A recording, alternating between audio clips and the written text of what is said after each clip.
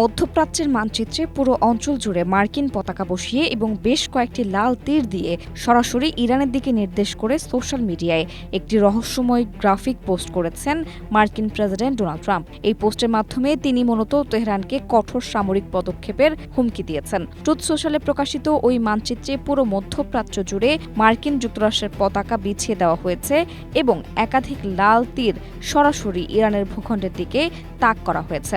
এর আগে এক বক্তব্যে ট্রাম্প হুমকি দিয়েছেন যে পরমাণু কর্মসূচি নিয়ে ওয়াশিংটনের সাথে চুক্তি না হলে ইরানকে ধ্বংস বা সম্পূর্ণ নিশ্চিহ্ন হওয়ার মুখোমুখি হতে হবে।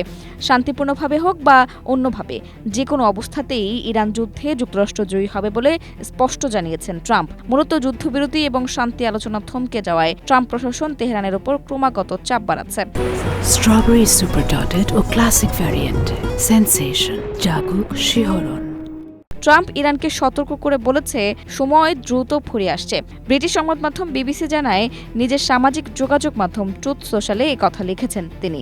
ট্রাম্প আরও লিখেন, তাদের উচিত দ্রুত পদক্ষেপ নেওয়া, তা না হলে তাদের আর কোনো কিছুই থাকবে না। গতকাল ইসরায়েলের প্রধানমন্ত্রী বেনিয়ামিন নেতানিয়াহুর সঙ্গে মার্কিন প্রেসিডেন্টের কথা বলার ঠিক পূর্ব মুহূর্তে এসব কথা বলেন তিনি।